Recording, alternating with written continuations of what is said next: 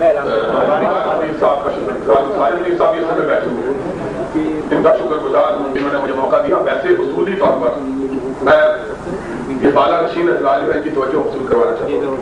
اصولی طور پر مجھے ویسے بھی وقت دینا چاہیے تھا کیونکہ میں نے ایک ٹیکنیکل پوائنٹ جو تھا اٹھایا تھا اور جان بوجھ کے اس بل پر گفتگو نہیں کی تھی. اس وجہ سے بھی ویسے میرا تھا.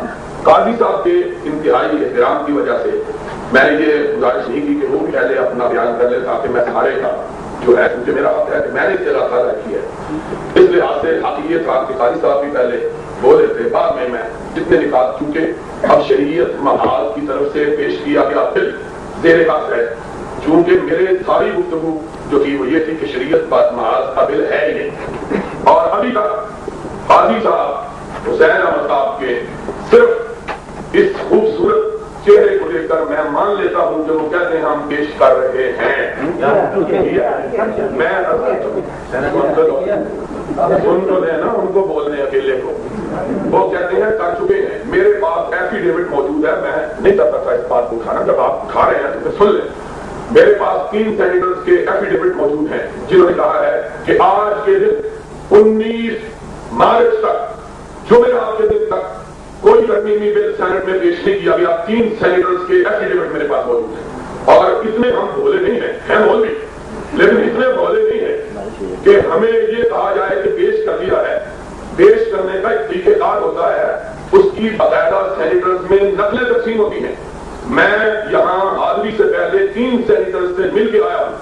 انہوں نے ایفیڈیوٹ دیا ہے کہ آج تک ہمیں کوئی نقول اس کی موصول نہیں. لیکن میں نے پہلے کہا تھا کیونکہ بڑے زور سے 3 آدمیوں نے کر دیا ہے تو میں نے کہا کہ پہلی خواندگی مکمل ہوتی ہے. میں بھی تھوڑا سا قانون آشنا ہوں اور یہ صاحبان جو پینل میں بیٹھے ہوئے ہیں یہ بھی جانتے ہیں 25 اکتوبر کے درمیان اور 19 مارچ کے درمیان کتنے مہینوں کا فاصلہ ہے. اور اس سلسلے میں کوئی ضروری نہیں ہے کہ سینٹ کا اجلاس ہو رہا ہو تبھی پیش ہو سکتا ہے. بلکہ سینٹ کے سیکریٹریٹ کو 25 کو جب پاس ہوا تھا 26 کو بھیج دینا چاہیے تھا. 26 کو نہ بھیجا گیا. 19 کو قاضی صاحب فرماتے ہیں. میں نے پہلے کہا کہ قاضی صاحب کی وجہ سے میں مان لیتا ہوں. لیکن آج تک اخبارات کے ڈاکومنٹری میرے پاس ثبوت موجود ہیں. گورنمنٹ تک ہم کو نہیں بھیجا گیا. وزیر قانون کا بیان میرے پاس موجود ہے جنگ میں چھپا ہوا ہے. وہ کہتا ہمیں کوئی نہیں بھیجا گیا. اور خود شریعت بل کے محرکین میں سے آج تک کسی نے پریس اسٹیٹمنٹ نہیں دی کہ ہم نے اس میں ترمیمی بل پیش کر دیا. آپ یہاں بیٹھے اندر بیٹھ کے مجھے کہہ دیتے ہیں آپ کے احترام کی وجہ سے میں مان لیتا ہوں لیکن اس ماننے کا کوئی قانونی جواز موجود نہیں ہے. اس کے بعد میں یہ گزارش کرنا چاہتا ہوں ترتیب بات میرے محترم بزرگ مفتی محمد حسین صاحب نعیمی نے بڑے خوبصورت انداز میں اپنی گفتگو کا جو ہے وہ اظہار کیا ہے. اسی طرح مولانا وسیع مظہر ندوی صاحب نے صاحب نے میں صاحب وہ آدمی ہوں اور اسی طرح سینیٹر قاضی حسین احمد صاحب نے چاروں حضرات کی تقریریں مختلف تھی ماسوائے ڈاکٹر اسرار صاحب کی اور کسی میں کوئی تنز اور کاٹ موجود نہیں تھی. اور سب سے زیادہ مجھے جس تقریر نے متاثر کیا ہے وہ مولانا وسیع مظہر ندوی کی ہے. اس وجہ سے کہ انہوں نے بڑے واضح الفاظ میں یہ بات کہی ہے کہ شریعت محاذ کی آغاز اور ابتدا ہی غلط ہے. اس لحاظ سے کہ پہلے آپ ایک فیصلہ کراتے ہیں پھر سارے علماء کو کہتے ہیں کہ انگوٹھا چھاپ. یہ بات آپ نے ضیاء الحق سے جو ہے وہ سیکھی ہے کہ وہ لوگوں کو بلاتا ہے شورا میں کہ فیصلہ میں کرتا ہوں اور آپ انگوٹھے لگوا دیں. خدا کے لیے اس فیصلے کی روش کو تبدیل کیجیے. اگر آپ یہ سمجھتے ہیں کہ باقی حضرات بھی اہل علم ہیں اور ان کا بھی ایک نقطہ نظر ہے ان کی بھی ایک رائے ہے ان کی بھی ایک اسٹینڈرڈ ہے. صرف اس بات سے بات نہیں بن سکتی کہ چند لوگوں کو آپ کہیں کہ فلاں مسئلے کے بھی آگے اور فلاں مسئلے کے بھی آگے. یہ بات دھرتی کی ضرور ہو سکتی ہے لیکن حقائق کو تبدیل نہیں کر سکتی ہے. اس وجہ سے میں مولانا وسیع مظہر صاحب ندوی کی اس تقریر کو انتہائی زیادہ اس محفل سمجھتا ہوں اس سارے سیشن کی کہ انہوں نے بڑے اعتراض کے ساتھ شریعت محاذ کو توجہ دلائی ہے کہ تم نے طے بہ غلطیاں کی ہیں مسلسل غلطیاں کی ہیں. نہ پہلے پوچھا ہے نہ عبارات درست ہے نہ لفظ درست ہے نہ تراز درست ہے. ساری بات غلط ہے اور اس کو بیٹھ کر پہلے درست کر کے پھر پیش کرنا چاہیے تھا. یہی میرا موقف تھا. میں جناب والا جہاں تک پہلی بات کا تعلق ہے میں یہ کہنا چاہتا ہوں مفتی صاحب نے فرمایا ہے کہ آج تک علماء نے کوئی بات پیش نہیں کی.